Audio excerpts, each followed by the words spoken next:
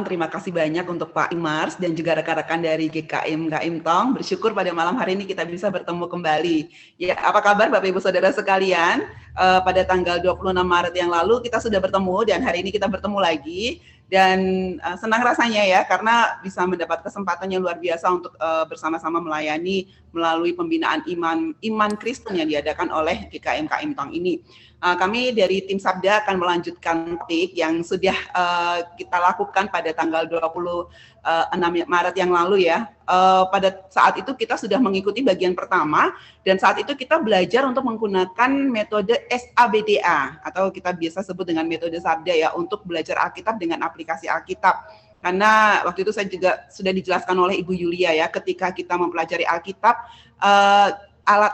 selain kita memiliki alat-alat, kita juga memerlukan metode, dan dengan metode SABDA ini kita melakukan langkah-langkah untuk kita belajar menggunakan alat-alat yang terdapat dalam aplikasi Alkitab. Dan metode SABDA ini adalah metode PA dari Sabda yang sangat relevan untuk era digital ini ya. Nah, minggu lalu saya dengan Ibu Yulia sudah menyampaikan dan pada malam hari ini saya akan ditemani oleh rekan saya Odi yang juga akan menyampaikan langkah-langkah selanjutnya dari metode SABDA dan bagaimana kita bisa menggunakan aplikasi Alkitab Sabda untuk mempelajari sebagai alat untuk studi Alkitabnya. Ya, dalam bagian pertama dulu kita sudah belajar di tahap simak ya, di bagian S-nya. Jadi pada tahap simak itu kita bersama-sama bisa membuka, membandingkan, memanfaatkan fitur pencarian sebagai fungsi konkordansi, dan juga kita bisa melihat ayat-ayat paralel. Nah, dalam bagian kedua ini kita akan menyelesaikan seluruh langkah-langkah atau langkah-langkah metode tersebut.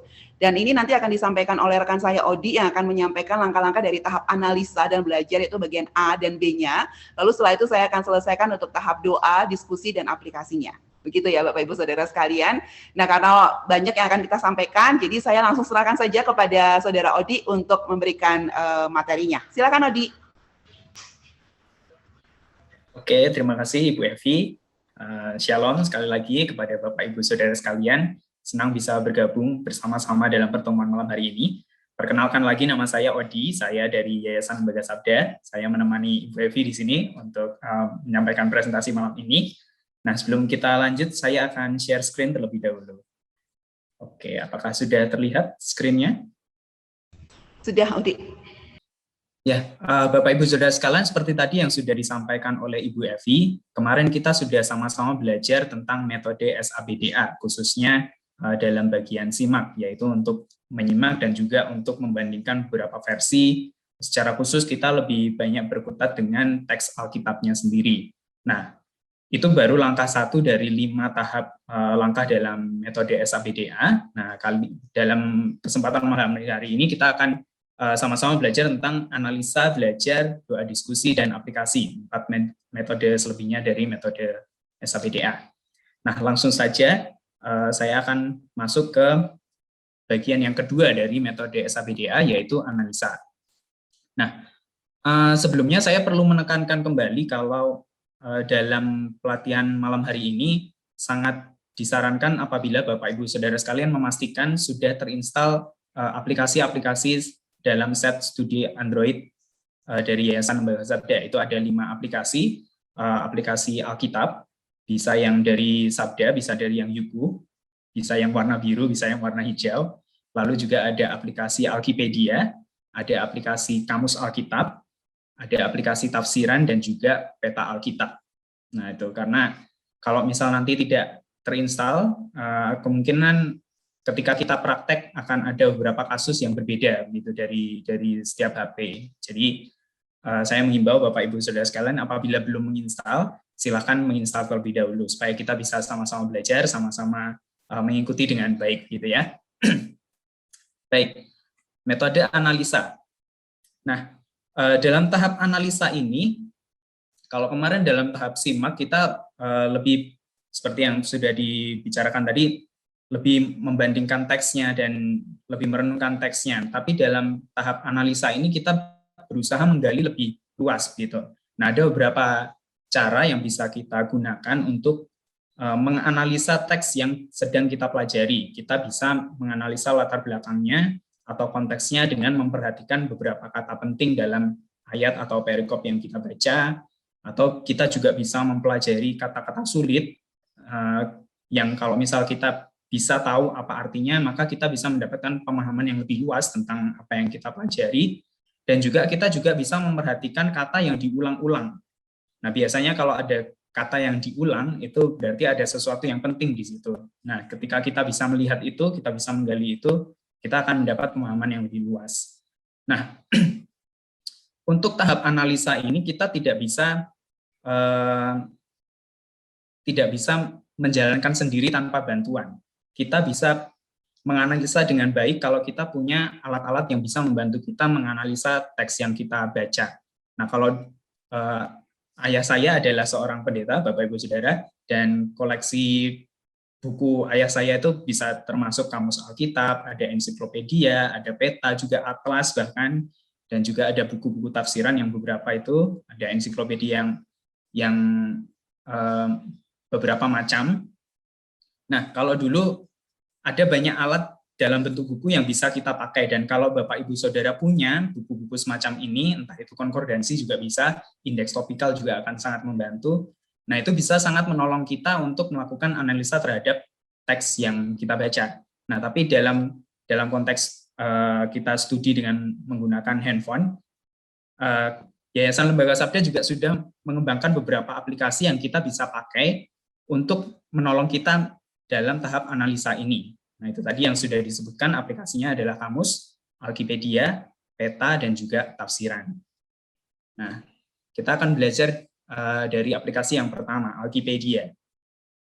Nah, satu fakta menarik, Bapak Ibu Saudara sekalian, Pedia itu adalah singkatan dari Pustaka Elektronik dan Informasi Alkitab. Jadi Alkitabpedia, Alkitab, Pustaka Elektronik, dan Informasi Alkitab.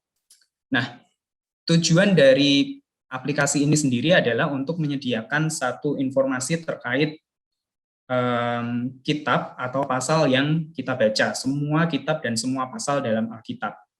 Tujuannya supaya kita bisa mendapatkan satu semacam pengantar gitu untuk apa yang kita baca, menyediakan beberapa survei yang akan sangat menolong untuk kita memahami lebih dalam tentang yang kita baca. Nah, caranya sangat mudah. Bagaimana kita bisa mengakses aplikasi Alkipedia ini? Kita bisa mengakses langsung dari aplikasi Alkitab. Nah, karena saya berasumsi Bapak Ibu Saudara sekalian sudah mengikuti pelatihan bagian pertama, dan saya berharap Bapak Ibu Saudara sudah cukup familiar dengan navigasi untuk aplikasi Alkitab. Jadi, saya akan langsung ke inti caranya. Yang pertama, di aplikasi Alkitab, kita pilih satu ayat yang kita ingin pelajari. Misalnya dalam kasus ini 2 Timotius 3 ayat 16. Nah, Bapak Ibu Saudara bisa langsung coba di HP masing-masing, bisa mencoba dengan ayat apapun, tapi supaya kita, untuk menolong kita sama-sama belajar aja, dalam kasus ini saya akan menggunakan ayat ini, 2 Timotius 3 ayat 16. Nah, kita sorot ayat yang kita ingin pelajari ini, lalu pilih menu 3 titik yang di atas itu, di pojok kanan atas, dan ketika itu diklik, akan muncul beberapa pilihan. Nah, di situ kita pilih panduan untuk masuk ke Alkipedia. Jadi pilih satu ayat yang kita ingin pelajari, lalu pilih tombol 3 titik yang ada di pojok kanan atas, lalu pilih panduan. Maka kita akan dibawa ke halaman aplikasi Alkipedia untuk ayat yang bersangkutan yang kita pilih tadi. Jadi kalau misal Bapak Ibu Saudara sekalian tadi misalnya memilih Kejadian 1 ayat 1, maka ketika mengklik panduan, Bapak Ibu Saudara akan dibawa ke halaman Alkipedia di Kejadian 1. Gitu. Nah, sebelum saya lanjut, Bapak Ibu Saudara sekalian, apabila Bapak Ibu Saudara merasa saya bicara terlalu cepat barangkali atau ada beberapa hal yang kurang jelas, silahkan ditulis di live chat, atau mungkin Ibu Evi atau Pak Imas bisa langsung menginterupsi saya, gitu ya. Oke, jadi langsung saja gitu, supaya kita bisa sama-sama belajar gitu ya. Nah, jadi apa saja yang bisa kita pelajari dari aplikasi Alkipedia ini? Nah, beberapa info yang dimuat dalam aplikasi Alkipedia ini, salah satunya diantaranya adalah berbagai informasi terkait konteks ayat atau perikop yang kita baca. Dalam kasus ini kita buka 2 Timotius 3, maka di situ kita dijelaskan tentang penjelasan singkat tentang pasal itu, lalu isi pasalnya apa saja, garis besar pasalnya itu ada apa saja, judul perikop yang di situ ada apa saja, barangkali ada tokoh atau nama tempat yang disebutkan dalam perikop itu, dan juga fakta-fakta lain. Nah, nanti kita akan sama-sama melihat langsung praktek bagaimana informasi-informasi ini disajikan. Nah, lalu kalau Bapak Ibu Saudara sekalian scroll agak ke bawah, di paling bawah nanti ada pilihan untuk Badeno, yaitu baca, dengar, nonton. Nah, saya yakin Ibu Evi dalam presentasi sebelumnya sudah sempat menyinggung tentang baca, dengar, nonton ini. Ini adalah salah satu cara yang sesuai untuk membaca Alkitab pada zaman ini, dengan membaca atau dengan mendengar atau menonton. Nah, Alkipedia sudah terintegrasi dengan Badeno ini. Nah, nanti kita akan coba integrasinya seperti apa. Jadi Bapak Ibu Saudara sekalian bisa langsung akses Badeno lewat Alkipedia ini. Oke, kita akan coba praktek ya Bapak Ibu. Saya akan coba share screen. Oke, apakah sudah terlihat Bu Evi? Iya, sudah terlihat Odi. Oke, kita akan coba untuk menggunakan Alkipedia dengan terlebih dahulu kita buka aplikasi Alkitab. Ya, silakan Bapak Ibu Saudara sekalian bisa langsung mengikuti di HP masing-masing, buka Alkitabnya, yang biru bisa, yang hijau juga bisa, asalkan aplikasi yang lain sudah terinstall, kita akan sama-sama bisa mengikuti. Jadi yang pertama kita coba, kita cari ayat yang kita ingin pelajari, kita masuk ke 2 Timotius 3 ayat 16.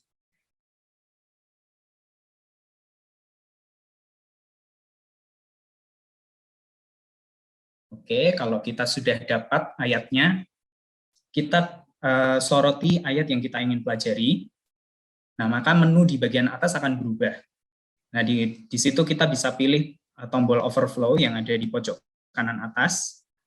Nah, ada beberapa menu, kita pilih panduan. Nah, maka kita akan dibawa ke tampilan aplikasi Alkipedia untuk pasal 2 Timotius 3. Nah, kita lihat di sini ada informasi apa saja. Di situ disediakan penjelasan singkat tentang pasal ini. Misalnya 2 Timotius 3 membahas bahwa semua kitab suci itu diilhami oleh Allah. Lalu isi pasalnya kurang lebih seperti apa? Garis besar pasalnya bagaimana? Nah, kalau kita lihat ke bawah, ada juga disebutkan tokoh-tokoh yang disebutkan dalam 2 Timotius 3 ini. Ada Kristus, ada Paulus, Timotius, dan seterusnya. Nah, semakin ke bawah kita bisa lihat ada banyak informasi yang akan sangat menolong kita memahami lebih banyak tentang pasal ini. Jadi kalau boleh diungkapkan dengan perkataan lain gitu, Alkipedia ini menolong kita untuk mendapatkan informasi seputar bacaan yang sedang kita pelajari. Jadi supaya kita bisa mendapat untuk kita bisa melihat dari sudut pandang yang lebih tinggi gitu ya, lebih luas daripada konteks perikopnya. Jadi kita melihat dari latar belakangnya, dari tujuan penulisannya seperti itu. Nah, di bawah ini juga sudah ada terintegrasi dengan Badeno. Kita coba klik yang baca. Nah, ini sudah terintegrasi dengan aplikasi Alkitab. Jadi Bapak Ibu Saudara bisa langsung membaca bagian Alkitab yang dicantumkan di situ. Bapak Ibu Saudara, ini tadi aplikasi halaman yang kita akses ini karena kita berangkat dari 2 Timotius 3 ayat 16, maka kita dibawa ke informasi tentang pasal itu. Tapi sebenarnya ada informasi tentang kitab itu. Jadi kalau misal kita pencet tombol navigasinya di bagian atas, kalau Bapak Ibu lihat ada angka 3 itu, pasal 3, kalau di tab, maka di situ akan ada pilihan untuk semua pasal, tapi di paling atas ada intro. Nah, setiap pasal itu berisi informasi untuk masing-masing pasal, tapi intro itu berisi untuk informasi tentang kitab itu. Jadi dalam kasus ini, informasi tentang 2 Timotius.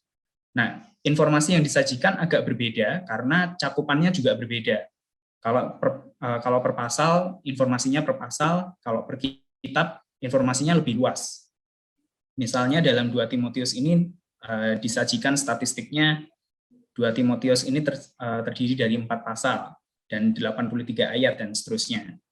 Lalu kita bisa lihat juga latar belakangnya, ini surat terakhir Paulus dan seterusnya. Garis besar yang disajikan juga bukan hanya garis besar pasal, tapi garis besar kitab itu. Dan seterusnya. Nah, ini Bapak Ibu Saudara nanti bisa coba sendiri, dan saya harap juga bisa ada banyak informasi yang didapat di situ yang akan sangat menolong gitu ya. Nah, itu tadi analisa dengan bantuan aplikasi Alkipedia. Aplikasi yang kedua adalah Kamus Alkitab. Nah, sesuai namanya, Kamus Alkitab ini memuat informasi seperti halnya kamus. Jadi ada ketika kita bingung tentang kata tertentu dalam Alkitab atau istilah-istilah tertentu dalam Alkitab, kita bisa menggunakan aplikasi kamus ini untuk mencari tahu apa maknanya. Nah, cara penggunaannya sama.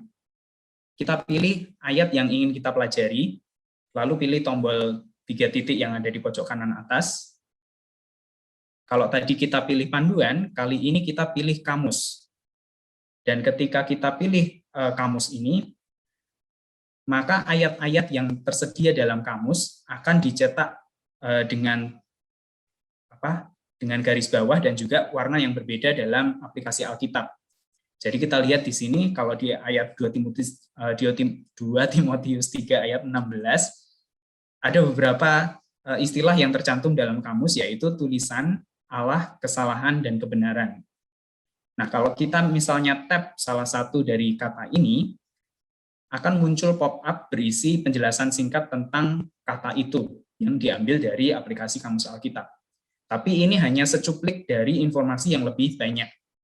Nah, kalau kita ingin baca selengkapnya, kita pencet buka kamus, maka kita akan dibawa ke layar aplikasi Kamus Alkitab tentang istilah yang kita ingin pelajari itu tadi. Nah, yang menarik dari Kamus Alkitab ini adalah kamus ini bukan hanya terdiri dari satu kamus saja, tapi ini merupakan koleksi dari banyak kamus. Di antaranya ada kamus pedoman, ada kamus tokoh, ada kamus kecil, kamus Hug, Browning, dan seterusnya. Nah, masing-masing kamus ini biasanya punya karakteristik tersendiri gitu. Ada penjelasan yang khusus, misalnya kalau penjelasan tentang tokoh mungkin lebih lengkap dalam kamus tokoh atau dalam bio tokoh.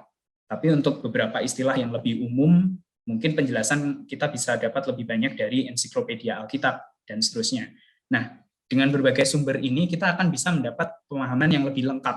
Jadi bukan hanya dari satu kamus saja, tapi kita juga bisa membandingkan dengan beberapa pengertian dari kamus-kamus yang lain. Nah, kita akan langsung coba praktek. Kita kembali ke layar aplikasi Alkitab. Kita pilih tadi ayat 2 Timotius 3 ayat 16. Pilih tombol 3 titik yang ada di atas. Dan kali ini kita pilih kamus. Nah, seperti yang Bapak Ibu bisa lihat, beberapa kata di situ jadi dicetak hitam gitu ya. Dan kalau kita pencet salah satu kata di situ, kita akan dapat pop-up dari pengertiannya. Misalnya kebenaran. Kebenaran adalah lawan kata dari dusta atau bohong. Lalu misalnya kita lihat kesalahan. Akan ada penjelasan yang cukup mendetail tentang kata itu, tapi hanya sebagian dari informasi yang lebih lengkap. Nah, misalnya saat ini kita mau tahu apa sih arti tulisan gitu dalam kamus Alkitab. Nah, kita lihat informasi di pop-up ini kurang lengkap ya. Kita kalau baca tentang tulisan itu abjad, ini apa maksudnya? Nah, kita coba buka kamus. Nah, di sini disajikan info yang lebih lengkap tentang tulisan. Kalau menurut kamus Hub itu tadi. Lalu menurut kamus Browning dan seterusnya. Nah, yang menarik juga kalau Bapak Ibu Saudara coba scroll di bawah, kita juga bisa tahu kata asli kata ini dalam bahasa aslinya dalam Alkitab itu maknanya apa. Misalnya karena 2 Timotius 3 itu 2 Timotius itu kitab Perjanjian Baru, maka bahasa aslinya adalah bahasa Yunani, dan kita lihat kata tulisan dalam bahasa Yunani adalah graph, yang artinya tulisan atau kitab suci. Nah, seperti itu.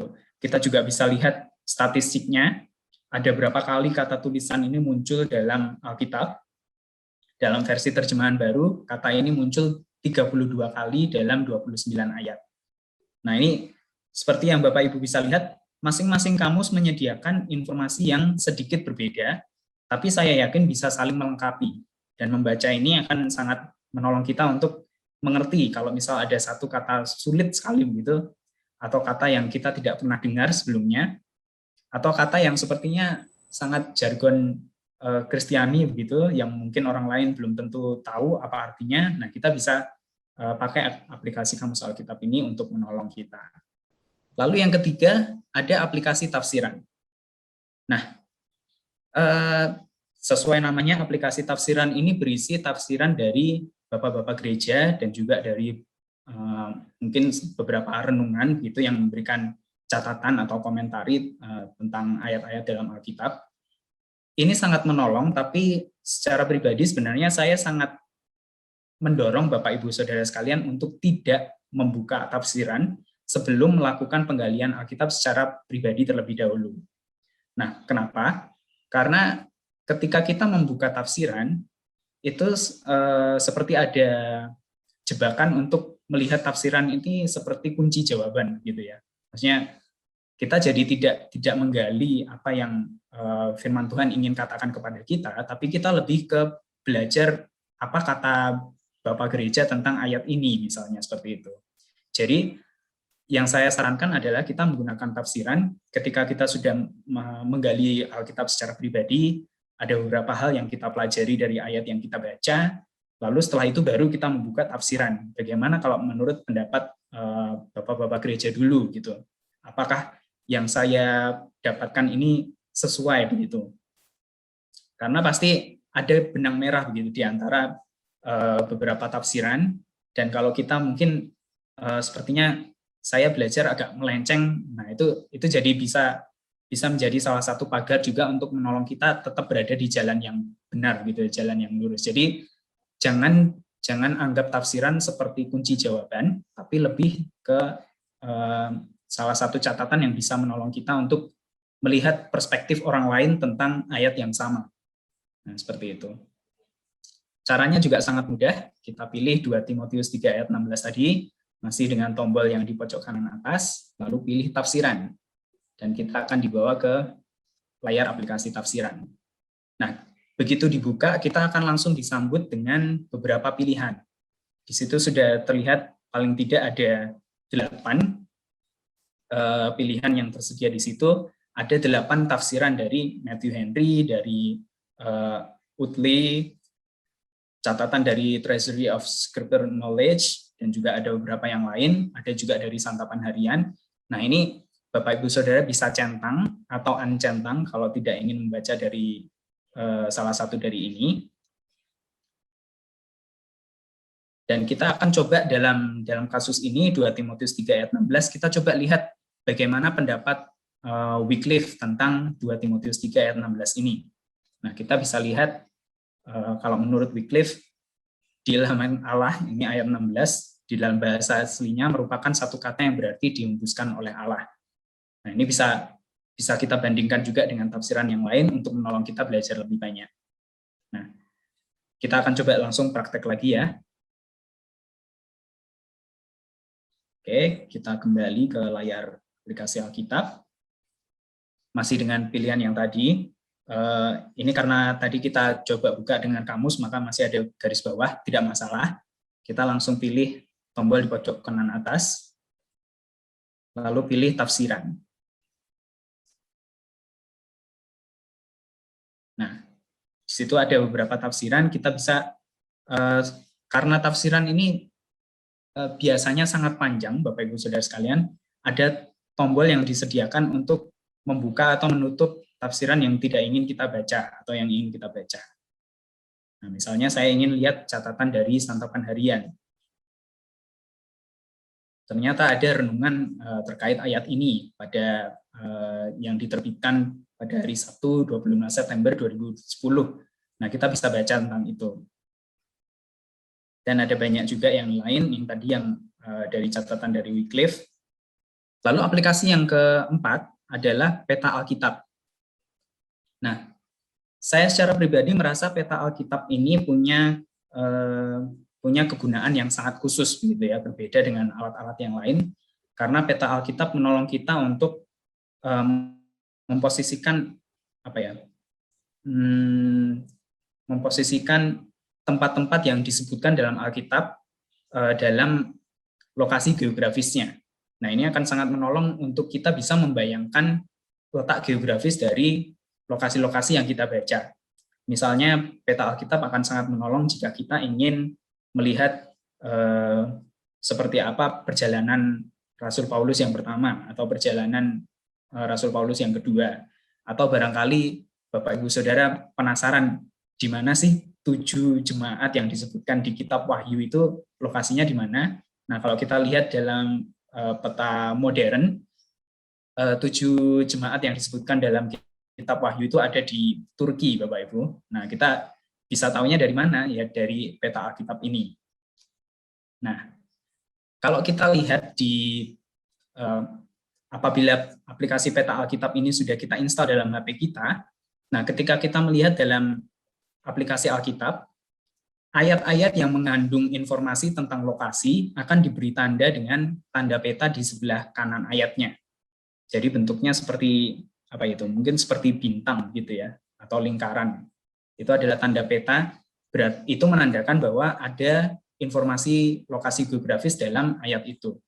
Nah, kalau kita pencet tombol itu, tanda peta itu, maka akan muncul pop-up yang menunjukkan lokasi-lokasi apa saja yang didaftarkan dalam ayat itu.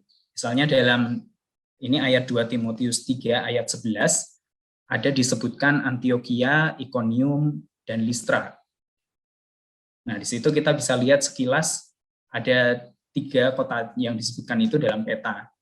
Nah, kita juga bisa menggunakan aplikasi peta untuk melihat tampilan yang lebih luas gitu. Tapi kita perlu terkoneksi dengan internet, karena ketika kita pencet buka peta ini, kita akan langsung dibawa ke peta dari Google gitu ya. Dan itu akan menunjukkan lokasi-lokasi geografis dalam Alkitab dalam peta modern. Nah, tampilannya seperti ini. Nah, jadi kita bisa lihat kalau lokasi-lokasi ini ternyata dalam masa modern saat ini, itu berarti kita sedang melihat Turki. Nah, kita akan coba lagi ya, kita coba praktek kembali ke aplikasi Alkitab. Nah, kita lihat ayat yang punya tanda peta. Tadi ada contohnya dari 2 Timotius 3 ayat 11. Nah, di sebelah kanan ada peta. Kalau kita lihat di ayatnya, ada informasi tentang Antiokhia, Iconium, dan Listra. Lalu kita coba pencet, dan akan ada muncul informasi itu. Nah, Bapak Ibu bisa tekan tab yang ada di atasnya untuk berpindah dari lokasi yang satu ke lokasi yang lain. Iconium ada di agak jauh dari Antiokhia, lalu ternyata Listra lebih dekat secara geografis. Nah, seperti itu. Lalu kita coba buka peta, maka kita akan dikasih lihat tampilan yang lebih utuh gitu ya. Nah, di sini Bapak Ibu bisa zoom, lalu juga bisa berpindah ke lokasi yang lain kalau mau. Ya, seperti yang saya bilang tadi, aplikasi peta ini punya kegunaan yang sangat khusus dan mungkin tidak selalu sesuai dengan pembacaan Alkitab waktu itu atau dengan tujuan PA hari itu misalnya. Tapi ini akan sangat menolong kalau kita ingin mempelajari lebih banyak. Misalnya kenapa kok bangsa Israel banyak berinteraksi dengan bangsa Samaria misalnya. Kalau kita lihat di peta ternyata memang mereka berdekatan. Dan kalau lihat ada jalan yang menghubungkan daerah-daerah itu, maka kita bisa memahami kenapa kok orang berjalan dari sini ke sini, misalnya seperti itu.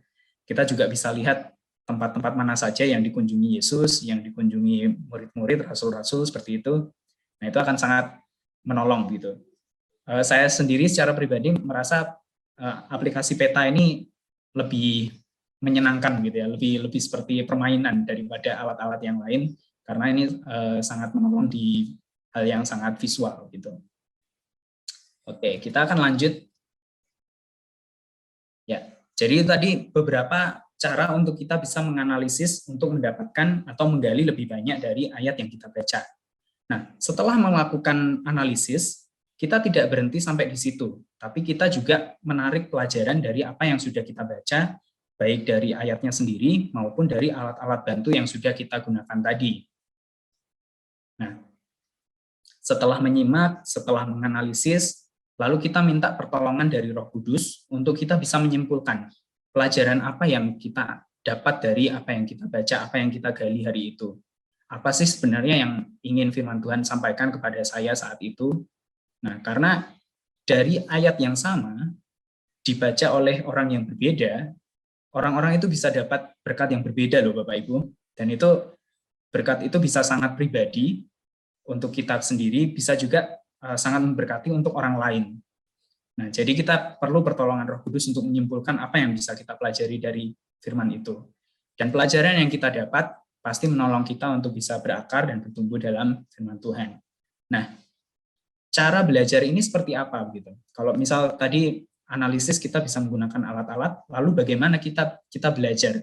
Apa langkah-langkah konkret yang bisa kita lakukan dalam tahap ini? Mungkin Bapak Ibu ada yang bertanya seperti itu. Nah, langkah yang pertama adalah kita bisa menandai ayat-ayat yang berkesan untuk kita. Nah, saya tadi sudah menyebutkan kalau orang tua saya, ayah saya adalah seorang pendeta, dan beliau punya satu Alkitab yang sangat disayangi, Alkitab yang sangat tua sebenarnya, tapi kalau kita buka Alkitab itu ternyata ada banyak tanda gitu ya, ada stabilo, ada catatan di pinggir halamannya, dan Alkitab itu jadi Alkitab yang sangat personal untuk pribadi beliau, dan itu juga kita bisa melakukan itu gitu. Sekalipun saat ini kita mungkin tidak sesering itu memegang Alkitab fisik, tapi dengan Alkitab digital pun kita juga masih bisa menandai ayat. Nah, caranya bagaimana? Kalau dari aplikasi Alkitab, pilih ayat yang ingin kita beri tanda. Ditanda itu maksudnya seperti diberi stabilo gitu ya Bapak Ibu. Lalu pilih tombol plus. Kalau tadi kita pilih tombol 3 titik, kita pilih tombol yang sebelahnya, tombol plus. Nah, di situ akan ada beberapa pilihan, salah satunya adalah pilihan untuk sorot. Nah, ketika kita pencet pilihan sorot ini, kita akan disajikan dengan beberapa warna yang bisa kita pilih untuk menyoroti ayat itu. Nah, kita pilih warna apa yang paling sesuai dengan kita. Nah, saya tahu ada beberapa teman saya yang punya satu sistem gitu ya untuk mewarnai Alkitabnya. Misalnya kalau ayat itu mengandung perintah dari Tuhan, dia akan warnai dengan warna biru. Kalau misal itu sesuatu yang bukan perintah tapi lebih ke arah anjuran, dia akan berikan warna hijau. Kalau itu larangan, dia akan kasih warna merah. Nah, kita juga bisa menggunakan sistem semacam itu atau sistem apapun yang sesuai dengan Bapak Ibu Saudara, kita pilih lalu pilih OK, maka ayat itu akan disorot dengan warna yang sudah kita pilih tadi. Nah, langsung kita praktek ya. Kita kembali ke ayat Alkitab. Nah, kalau misal untuk tahap analisis tadi kita hanya bisa pilih satu ayat. Nah, untuk menandai ayat ini kita bisa langsung pilih beberapa ayat sekaligus. Misalnya dalam 2 Timotius 3, saya ingin menandai ayat 16 dan 17. Kita pilih dua ayat itu, lalu kita pilih tombol plus yang ada di atas, kemudian pilih sorot. Nah, akan ada pilihan warnanya.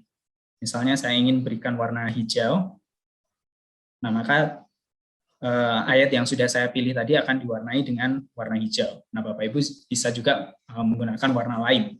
Tadi juga ada disediakan pilihan untuk memberikan warna lain, bukan hanya warna yang ada disediakan di situ.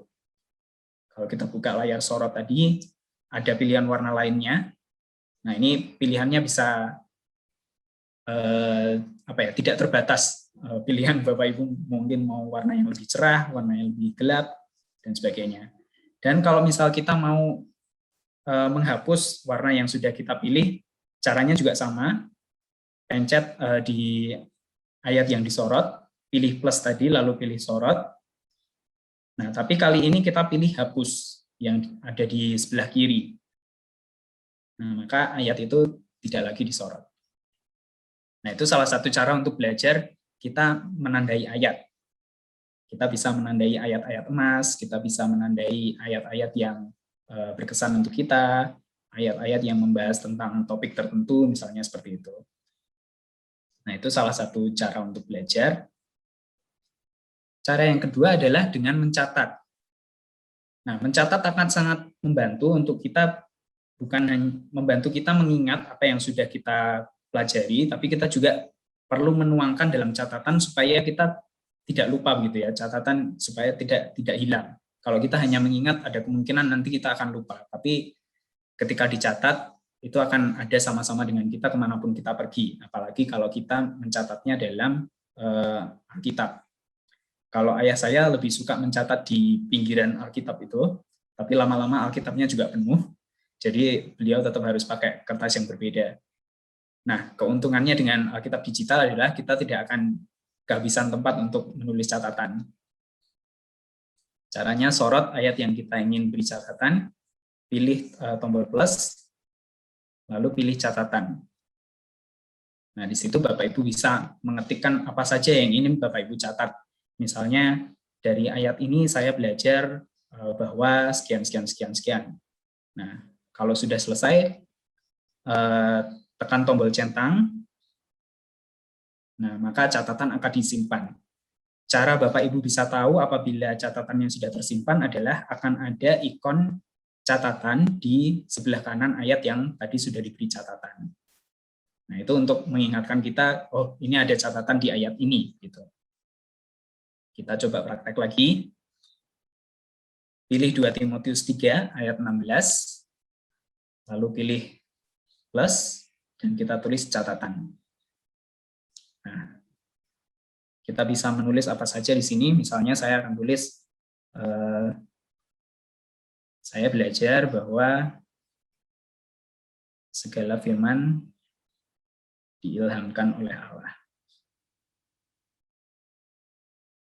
Nah, misalnya seperti itu. Lalu kita pencet tombol centang yang ada di pojok kanan atas, maka akan ada tanda bahwa catatannya sudah disimpan. Ya, itu tadi bagaimana mencatat, bagaimana menandai ayat dalam aplikasi Alkitab untuk kita menolong kita belajar. Oke. Nah, setelah mengetahui fitur-fitur ini, kemungkinan Bapak Ibu Saudara akan mulai menghiasi aplikasi Alkitab Bapak Ibu dengan warna dan juga catatan ya. Tapi mungkin timbul pertanyaan, lalu bagaimana saya cari tahu di mana saja saya sudah bikin catatan atau di mana saja ayat yang sudah saya tandai. Nah, untungnya Alkitab punya fitur yang khusus untuk mendaftarkan semua yang sudah kita tambahkan itu, entah itu sorotan atau tanda atau catatan, kita bisa lihat dengan fitur marka. Nah, kalau Bapak Ibu lihat di layar aplikasi Alkitab, di pojok kiri atas ada tombol 3 baris atau tombol hamburger, atau nama yang lebih tepat sebenarnya navigation drawer. Nah, kalau kita lihat di situ ada pilihan marka. Nah, ketika Bapak Ibu pencet tombol marka itu, akan disediakan pilihan untuk kita melihat semua pembatas buku yang sudah kita tambahkan, semua catatan yang sudah kita buat, semua sorotan yang ada di aplikasi Alkitab, dan seterusnya. Nah, di situ jadi kita tidak akan pernah bingung di mana saja kita sudah bikin catatan, kita tidak akan lupa gitu ya. Nah, kalau kita lihat dalam prakteknya, saya sendiri sudah cukup banyak membuat catatan atau tanda dalam aplikasi Alkitab. Kalau kita lihat dari navigation drawer tadi, dari sebelah kiri, kita pencet tombol di kiri atas, lalu kita pilih marka. Nah, kita bisa lihat di sini ada beberapa, misalnya mungkin Bapak Ibu mau lihat semua ayat yang saya beri sorotan. Nah, saya memberikan sorotan di 2 Timotius 3 ayat 17, ini baru malam ini. Tapi sebelumnya ada ayat-ayat yang lain. Nah, seperti itu. Lalu kita juga bisa lihat semua catatan yang sudah kita buat. Nah, jadi catatan dan semua tanda ini akan kita bawa kemanapun kita pergi. Karena HP kita akan selalu bersama-sama dengan kita. Ya. Oke. Lalu sekarang masalah selanjutnya. Gimana kalau misalnya saya ganti HP? Apakah semua catatan itu akan hilang? Nah, apakah berarti kalau nanti saya pindah HP, apakah saya harus mengulang lagi untuk semua catatan yang sudah saya buat?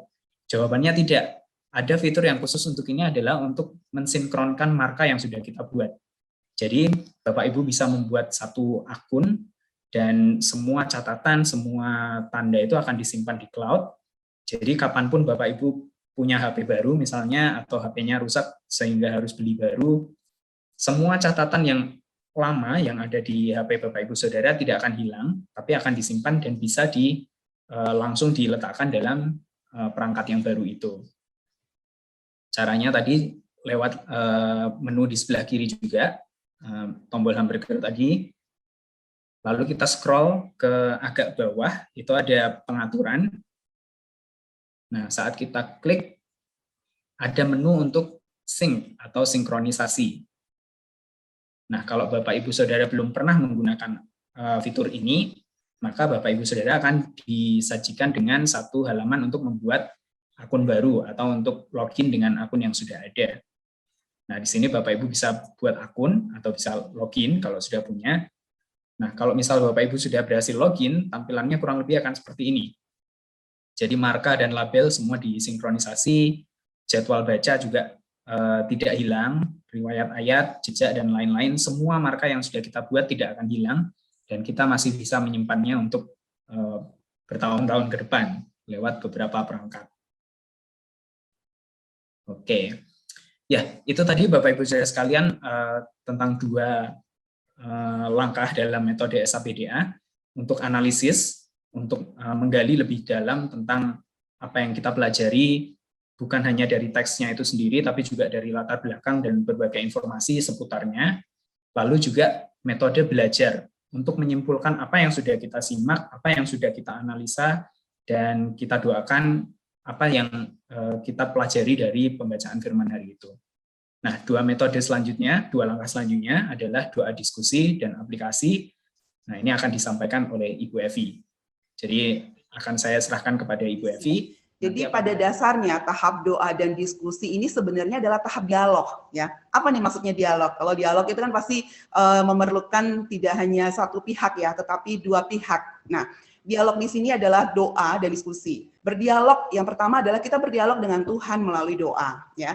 Kita minta kepada Tuhan supaya teks Alkitab yang sudah kita gali, teks Alkitab yang sudah kita pelajari, semua yang sudah Roh Kudus berikan atau Roh Kudus terangkan kepada kita melalui firman-Nya, kita doakan, kita bawa kepada Tuhan, kita sampaikan kepada Tuhan supaya itu menerangi hati dan pikiran kita, ya.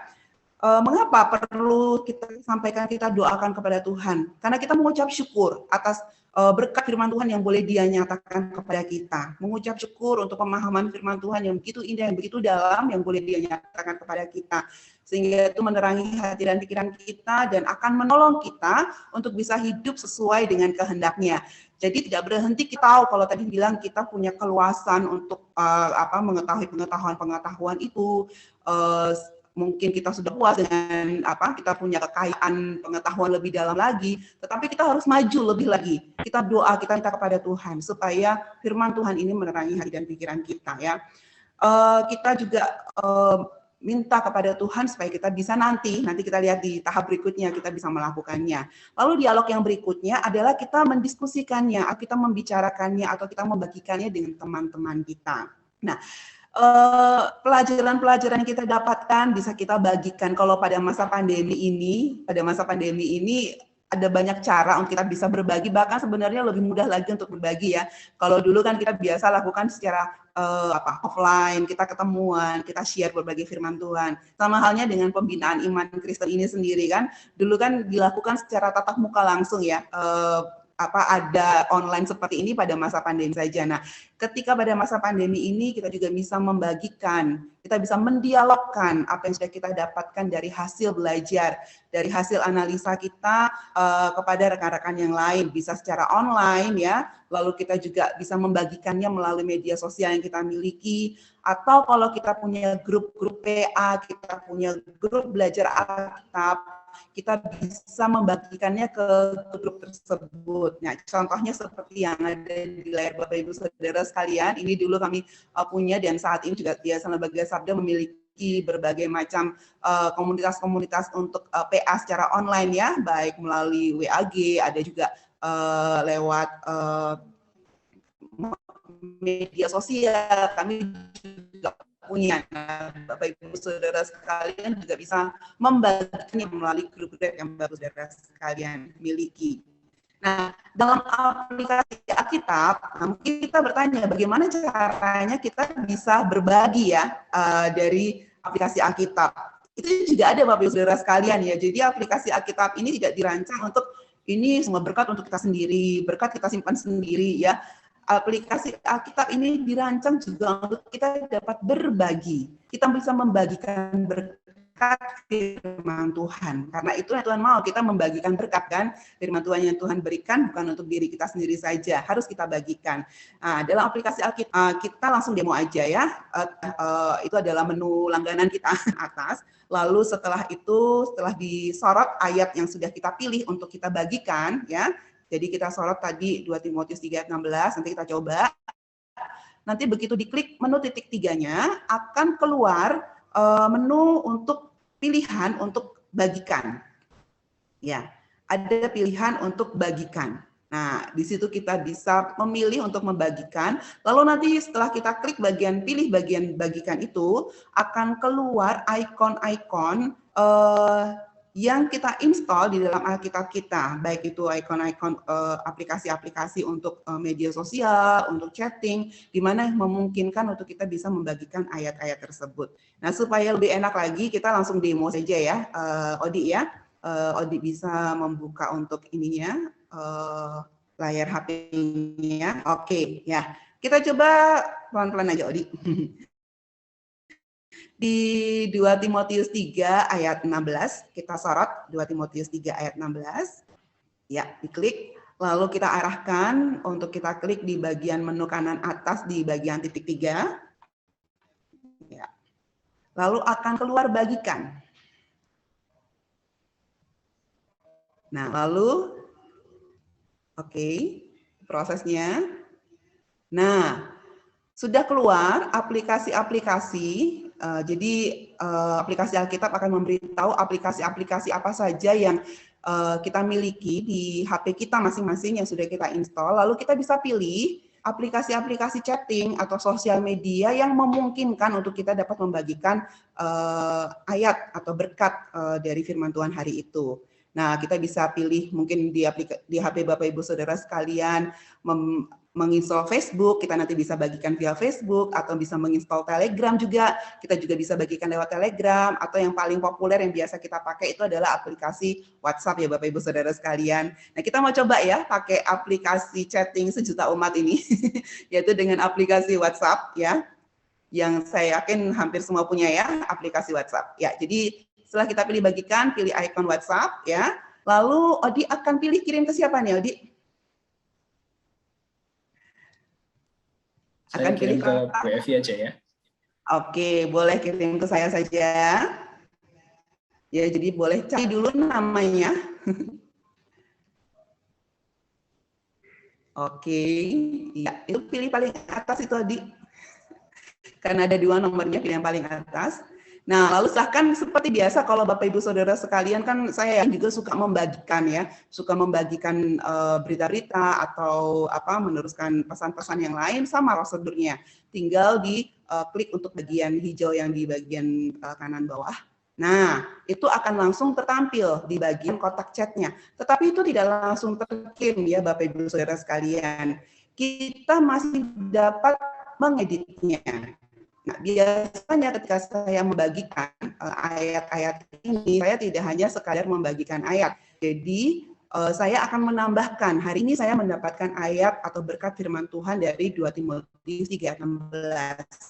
Firman Tuhan berkata kepada saya seperti ini, lalu berkat yang saya dapatkan seperti apa. Kalau misalnya tadi di bagian belajar saya mempunyai catatan, kadang-kadang catatan saya juga pindahkan atau saya coba untuk masukkan juga ke dalam chat ini, sehingga ketika saya membagikan kepada teman-teman saya, bukan hanya ayat yang saya bagi, tetapi berkat atau hasil belajar saya dari 2 Timotius 3:16 ini. Jadi silahkan, hilang Odi. Nah, oke ya.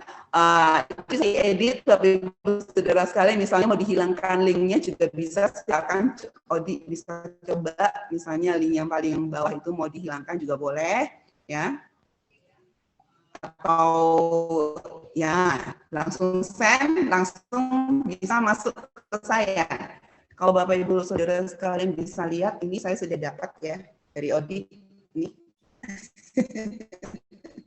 Ya, jadi kita sudah terima berkat firman Tuhan dari Odi hari ini, dan ini merupakan salah satu fitur juga yang saya cukup suka, karena kapan saja, di mana saja saya bisa membagikan berkat-berkat firman Tuhan yang saya peroleh ya, kepada keluarga saya, kepada teman-teman saya, ya bahkan kepada grup-grup di manapun saya ikuti, waktu saya bisa membagikannya. Dan Bapak Ibu Saudara sekalian juga diharapkan bisa membagikan berkat-berkat firman Tuhan yang diperoleh. Dengan begitu kita sudah melakukan dialog dengan teman-teman kita. Kita juga bisa menolong mereka, menguatkan mereka dengan ayat-ayat firman Tuhan yang kita peroleh. Jadi kita belajar bukan hanya untuk diri kita sendiri saja, tetapi kita juga bisa membagikannya kepada rekan lain. Ya. Nah, bagaimana semua sudah bisa mengikutinya kan ya? Mudah kan ya? Nah, semudah itu ya kita berbagi firman Tuhan dari belajar kita. Jadi tidak ada alasan bagi Bapak Ibu Saudara sekalian untuk nggak bagi-bagi berkat firman Tuhan ya. Oke. Nah, berikutnya kita masuk dalam tahap aplikasi ya. Jadi sudah ada simak ya. Simak kita belajar untuk membaca firman Tuhan, kita membandingkannya, lalu ada tahap analisa ya. Tadi ada beberapa aplikasi-aplikasi yang sudah diberikan Odi, Kamus, Wikipedia, Tafsiran dan Peta. Lalu kita bisa melakukan belajar, membuat catatan, menandai ayat. Kita sudah melakukan doa, diskusi, mohon pertolongan Tuhan dan membagikannya kepada teman-teman. Ini adalah tahap yang paling penting. Ya. Firman Tuhan yang kita pelajari itu harus kita lakukan. Inilah puncak belajar kita, yaitu penerapannya atau aplikasinya. Ya, dengan rendah hati kita minta kepada Allah, Tuhan nyatakan atau ajarkan melalui firman Tuhan, melalui teks Alkitab yang kita pelajari. Supaya apa? Supaya kehendak Tuhan dapat dijalankan di dunia ini melalui hidup kita. Dalam fitur catatan ya, dalam fitur catatan Bapak Ibu Saudara sekalian, selain hasil belajar, Bapak Ibu Saudara sekalian juga bisa loh menambahkan catatan untuk aplikasi. Itu juga biasa saya lakukan ya ketika melakukan PA pribadi dengan aplikasi Alkitab ini. Aplikasi saya dalam catatan tersebut untuk mengingatkan saya sendiri ya, untuk mengingatkan saya sendiri supaya saya bisa terus tidak hanya belajar tapi juga bisa melakukan firman Tuhan, dan sudah ada catatan-catatan di sana mengingatkan saya untuk melakukannya. Jadi tetap ya, karena iblis tidak sebentar. Oke, ya. Sebentar, tadi ada masalah teknis sedikit ya. Jadi ya, dalam kita mempelajari firman Tuhan, dalam kita melakukan langkah-langkah studi Alkitab, ini yang terpenting, kita menetapkan komitmen kita menerapkan firman Tuhan dan kita melakukannya. Karena apa? Karena iblis itu tidak akan peduli dengan orang-orang yang rajin melakukan rutinitas ibadah ke gereja setiap minggu, ya, bahkan membaca Alkitab setiap hari. Selama kita tidak melakukan firman Tuhan, selama kita tidak mengaplikasikan firman Tuhan, iblis tidak akan peduli. Iblis nggak akan galau. Biar saja dia ibadah ke gereja, biar dia baca Alkitab setiap hari. dia kenyang dengan ilmu-ilmu pengetahuan tentang firman Tuhan. Asalkan dia tidak melakukan firman Tuhan, I don't care, saya tidak peduli. Tetapi ketika kita berkomitmen untuk melakukan firman Tuhan, ya, iblis tidak tinggal diam, ya. Ya, jadi memang inilah yang terpenting yang menurut saya puncak ketika kita melakukan studi Alkitab. Nah, begitu kita melakukan firman Tuhan dengan setia, disitulah ujian yang sebenarnya. Tapi Bapak Ibu Saudara sekalian, ya, sekali lagi jangan takut, pemeliharaan Tuhan ada pada teman-temannya, ya. Jadi ketika kita menggunakan alat-alat Alkitab, ya, alat-alat untuk belajar Alkitab seperti yang ada, yang sudah kita pelajari sejak tanggal 26 Maret yang lalu dan hari ini, kita melihat bahwa Tuhan memberikan hikmat yang luar biasa. Kita menggunakan metode, lalu kita juga menggunakan alat-alat Alkitab. Tujuannya adalah apa? Untuk kita bisa memahami dan mengerti isi hati Allah. Kita bisa memahami bagaimana kita bisa melakukan firman-Nya seperti apa yang Dia mau. Ya, begitu Adi ya. Jadi demikianlah rangkaian pelatihan malam ini. Jadi selanjutnya informasi-informasi mengenai pelatihan IOPA ini dapat Anda ikuti di dalam situs iopa.org. Jadi di situ sudah ada nanti ya semua resources yang dibutuhkan untuk Bapak Ibu Saudara sekalian memperlengkapi diri dalam melakukan pendalaman Alkitab pada era digital ini. Tidak hanya metode PA/SABDA yang kami cantumkan, ada berbagai macam metode PA yang dapat Bapak Ibu Saudara sekalian gunakan untuk menolong Bapak Ibu Saudara sekalian melakukan firman Tuhan. Dan juga Bapak Ibu Saudara sekalian tidak perlu khawatir juga ya, kami juga memiliki media-media sosial di mana ada media sosial Instagram dan Facebook IOPA. Nah, dalam media sosial ini sudah ada banyak tutorial atau panduan yang lebih detail lagi tentang bagaimana bisa menggunakan aplikasi Alkitab, dan fitur-fitur yang ada di dalamnya ya. Jadi oleh teman-teman dari Divisi Biblical Engagement dan Sosial Media Yayasan Lembaga Sabda, kami buatkan untuk panduan-panduannya seperti misalnya bagaimana menggunakan fitur salin dan bagikan dalam aplikasi Alkitab, bagaimana pengaturan tampilannya ya, bagaimana menggunakan fitur bandingkan, itu sudah ada langkah demi langkahnya dan sangat detail. Jadi bisa diikuti kembali ya, baik di Instagram maupun di Facebook IOPA. Nah, silahkan bisa follow, bisa ikuti untuk Instagram dan Facebook IOPA-nya. Selain itu untuk tutorialnya berupa video, Bapak Ibu Saudara sekalian juga bisa mendapatkannya di link YouTube Sabda Alkitab ya. Di situ Bapak Ibu Saudara sekalian bisa mencari dengan kata kunci tutorial pendalaman Alkitab dengan metode SABDA atau tutorial untuk pendalaman Alkitab dengan aplikasi Alkitab ya. Jadi semua tutorialnya sudah kami siapkan di YouTube Sabda Alkitab. Bisa diakses juga tadi dari situs iopa.org. Nah, kalau misalnya ada Bapak Ibu Saudara sekalian yang pada malam hari ini rasanya kok saya masih belum bisa ngikutin dengan baik, saya harus coba sendiri pelan-pelan di rumah ya. Silahkan nanti juga link YouTube dari Pembinaan Iman GKIM Tong ini juga akan tetap ada ya. Jadi bisa diikuti dari situ juga. Di dalam link di dalam YouTube Sabda Alkitab juga Bapak Ibu Saudara sekalian juga bisa mendapatkan. Kami juga sudah pernah mengadakan pelatihan ini dan arsipnya juga bisa diperoleh di YouTube di situs Sabda Live ya, situs Sabda Live. Jadi banyak sekali akses untuk bisa mendapatkan kembali ya. Atau misalnya saya kok pengen tanya langsung ya kepada rekan atau tim Sabda, silahkan Bapak Ibu Saudara sekalian juga bisa bertanya langsung, bisa menghubungi kami di 0821 3313 3315 untuk mendapatkan informasi lebih lengkap tentang bagaimana penggunaan aplikasi Alkitab ini untuk melakukan studi Alkitab. Ya, oke, baiklah Bapak Ibu Saudara sekalian, ya, jangan lupa tetap gunakan smartphone kita untuk lebih smart lagi dalam belajar Alkitab, ya. Kiranya Tuhan menolong kita. Salam IT for God. Saya serahkan kembali kepada Pak Imar sebagai moderator.